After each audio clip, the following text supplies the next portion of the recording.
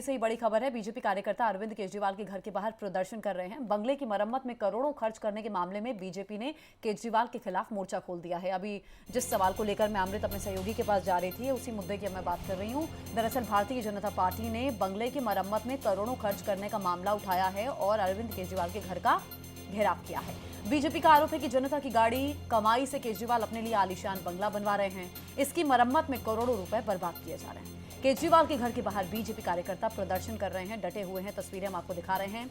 ये आप मिस्टर चहल को देख रहे हैं, जो बीजेपी के बड़े नेता हैं, दिल्ली बीजेपी के। तो बंगले की मरम्मत में करोड़ों खर्च करने का ये मामला है। बीजेपी कार्यकर्ताओं की इस समय मौजूदगी है अरविंद केजरीवाल की आवास के बाहर और घर का घेराव कर रहे हैं बीजेपी के कार्यकर्ता। अमृत मेरे सहयोगी लगातार मेरे साथ बने हुए। अमृत, ऐसा लग रहा था कि जैसे आज हाउस में कहीं ना कहीं हंगामा करेगी बीजेपी, हंगामा होगा, लेकिन अंदर तो हंगामा नहीं दिख रहा, लेकिन बाहर सड़कों पर बीजेपी हंगामा कर रही है।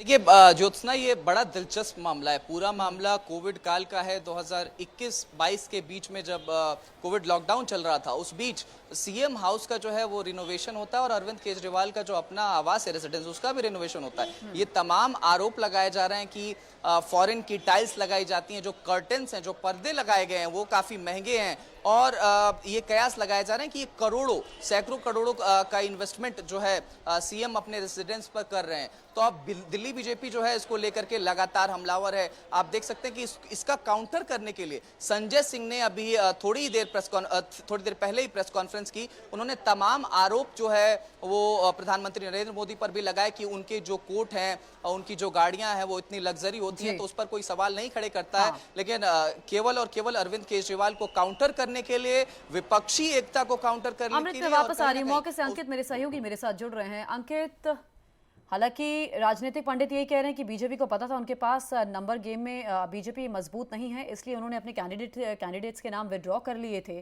तो ये जो खाली मैदान बीजेपी ने छोड़ दिया आम आदमी पार्टी के लिए, अब ये सड़कों पर क्या बीजेपी की बौखलाहट हम समझ सकते हैं?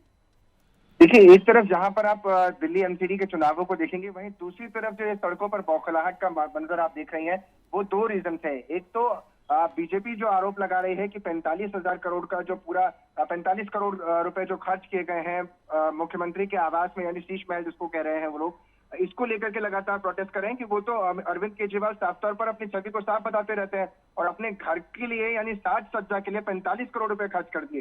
तो वहीं दूसरी तरफ क्योंकि जिस तरीके से मेयर के चुनावों का नाम वापस लिया गया, तो बीजेपी फिलहाल तो ये कह रही है, लेकिन कहीं ना कहीं खींच उसकी साफ तौर पर साफ नजर आती है ज्योत्सना। क्योंकि मेयर और डिप्टी मेयर के चुनाव को लेकर के आपको याद होगा कि जनवरी फरवरी में कितना कुछ होता नजर आया था, जब 150 मतों के साथ उस वक्त शैली ओबराय जीती थी। लेकिन 3 दिन तक पूरा पॉलिटिकल ड्रामा चलता रहा था और उस सब के बीच अब इसको आप पॉलिटिकली रिवेंज ले लें या फिर इसको आप पॉलिटिकली एक तरीके से खुद के लिए नंबर स्क्रीन करने के लिए, गेन करने के लिए बीजेपी का मास्टर स्ट्रोक कह लें, इन दोनों ही क्षेत्रों में आप अरविंद केजरीवाल को घिरा हुआ ही महसूस पाएंगे। और जैसे ही मेयर के चुनावों का ऐलान हो गया कि मेयर दोबारा डिप्टी मेयर और मेयर दोनों सेम ही रहने वाले हैं, शैली ओबराय रहने वाली हैं और दूसरी तरफ आलेख खान रहने वाले हैं, वैसे ही अरविंद केजरीवाल ने इस पर तो ट्वीट कर दिया, लेकिन उनके घर के बाहर जो प्रोटेस्ट हो रहा है लगातार, उस पर अभी तक अरविंद केजरीवाल की तरफ से या पार्टी की तरफ से कोई बयान फिलहाल इस प्रोटेस्ट को लेकर के नहीं आया है। ये एक अपने आप में दिलचस्प हो जाता है कि कार्यकर्ता क्या कह रहे हैं, जरा वो भी सुन लेते हैं। बीजेपी के नेता और कार्यकर्ता क्या कह रहे हैं इस प्रदर्शन में जो मौजूद है। विधानसभा में देगा, ये कह रहा था हम दिल्ली के मालिक हैं, हम दिल्ली तय करेंगे। आज क्या कह रहा है,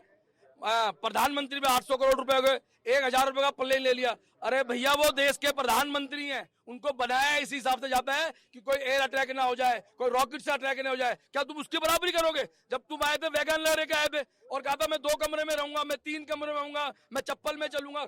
आज भी 3-5 रुपए का पेन अपनी जेब में लगा के रखता है ये आदमी। ये इस बात का है कि क्या सुचिता जो इसने वादा किया था, लोगों को दिखाया जाए कि किस तरीके का केजरीवाल की सोच है और आम आदमी का ढंढोरा पीटने वाला केजरीवाल ही सच्ची में विलासता।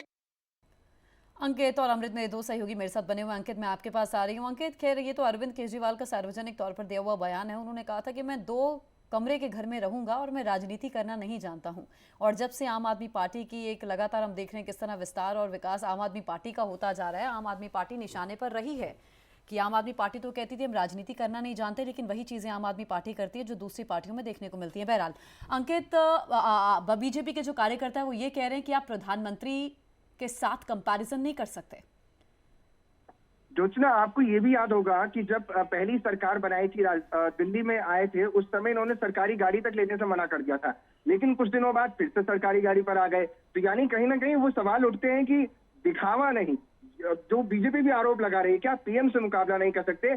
आपको याद होगा कि उस समय जब गाड़ी नहीं लिया था और बाद में उस पूरे केवल किड को, यानी जो मुख्यमंत्री के लिए पूरी जो एक तरीके से व्यवस्था होती है सुरक्षा के लिहाज से, वो सभी चीजों को उन्होंने दोबारा फिर वापस ले लिया था।